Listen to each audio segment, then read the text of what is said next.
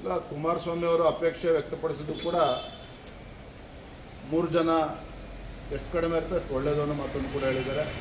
ನೆನ್ನೆ ದಿನ ನಮ್ಮ ರಾಜ್ಯದ ಉಸ್ತುವಾರಿಗಳಾಗಿರುವಂತಹ ರಾಧಾ ಮೋಹನ್ ದಾಸ್ ಜೊತೆ ಕೂಡ ಚರ್ಚೆ ಮಾಡಿದ್ದೇನೆ. ಅದಕ್ಕೆ ಭಾರತೀಯ ಜನತಾ ಪಾರ್ಟಿ ಜೊತೆ ಪರವಾಗಿ ಈ ಥರ 3 ಜನ ಇರಬೇಕು ಅಂತೇಳಿ ಅಭಿಪ್ರಾಯನ ನಾವು ಕೊಟ್ಟಿದ್ದೆ. ಸರ್, ಇಲ್ಲಿವರೆಗೂ ಕೂಡ ಸಮನ್ವಯ ಸಮಿತಿ ರಚನೆ ಆಗಿ ಸಾಕಷ್ಟು ಬಾರಿ ಕೇಳಿ ಬರ್ತಾ ಇತ್ತು. ಅಡ್ಡ ಮತದಾನ ಆದಮೇಲೆ ಎನ್ಡಿಎ ನಾಯಕರಿಗೆ ಸೀರಿಯಸ್ನೆಸ್ ಕೊಡ್ತಾರೆ. ಅಡ್ಡ ಮತದಾನ ಆದಮೇಲೆ ಬಂದಿದ್ದೋ ಯಾವಾಗ ಬಂದಿದ್ದು, ಅಟ್ಲೀಸ್ಟ್ ಈಗಂತೂ ನಾವು ಗಟ್ಟಿಯಾಗಿ ತೀರ್ಮಾನನಂತೂ ತೆಗೆದುಕೊಂಡಿದ್ದೇವೆ. Not only in the interest of the party, also in the interest of the state. ಕೇವಲ ಭಾರತೀಯ ಜನತಾ ಪಾರ್ಟಿ ಹಾಗೂ JDSನ ಹಿತದೃಷ್ಟಿಯಿಂದ ಅಷ್ಟೇ ಅಲ್ಲ, ರಾಜ್ಯದ ಹಿತದೃಷ್ಟಿಯಿಂದಲೂ ಕೂಡ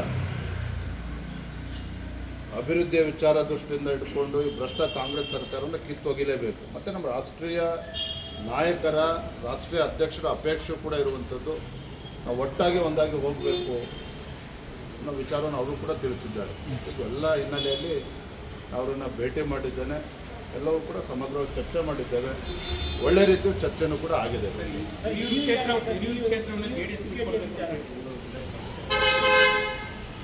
ಅವರ ಅಭಿಪ್ರಾಯವನ್ನು ತಿಳಿಸಿದ್ದಾರೆ.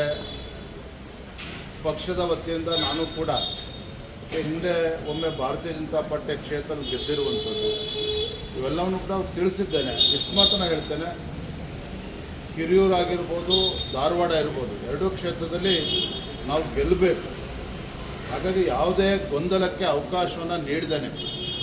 BJP ಹಾಗೂ JDS ನಡುವೆ ಯಾವುದೇ ಒಂದು ಗೊಂದಲಕ್ಕೆ ಅವಕಾಶವನ್ನು ಕೊಡದೇನೆ ಯಾವ ರೀತಿ ಚುನಾವಣೆಯನ್ನು ಎದುರಿಸಬೇಕು, ಹಿಂದೆ ಆದಂಥ ತಪ್ಪುಗಳನ್ನು ಸರಿ ಮಾಡಿಕೊಂಡು ಯಾವ ರೀತಿ ಒಟ್ಟಾಗಿ ಹೋಗಬೇಕು, ಇವೆಲ್ಲವನ್ನು ಕೂಡ ಚರ್ಚೆ ಮಾಡಿದ್ದೇನೆ. ಅವರು ಕೂಡ ಒಪ್ಪಿಗೆ ಸೂಚಿಸಿದ್ದಾರೆ. ಓಪನ್ ಮೈಂಡ್ ಇದ್ದೀರಾ ಅಂತ ಸರ್, ಇದು ಕ್ಷೇತ್ರ ಬಿಟ್ಕೊಡೋ ವಿಚಾರ ಇದು ನಾನು ತೀರ್ಮಾನ ಮಾಡುವಂಥದ್ದಲ್ಲ. ನಮ್ಮದೊಂದು ರಾಷ್ಟ್ರೀಯ ಪಕ್ಷ, ರಾಷ್ಟ್ರೀಯ ನಾಯಕರು ತೀರ್ಮಾನ ಮಾಡಬೇಕಾಗ್ತದೆ.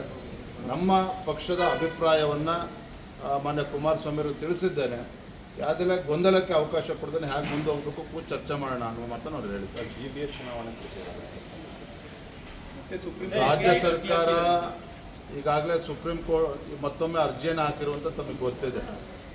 ಹಾಗಾಗಿ ಇವ್ರು ಯಾವಾಗ ಚುನಾವಣೆ ಮಾಡಬೇಕು, ಆಗಸ್ಟ್ ಎಂಡ್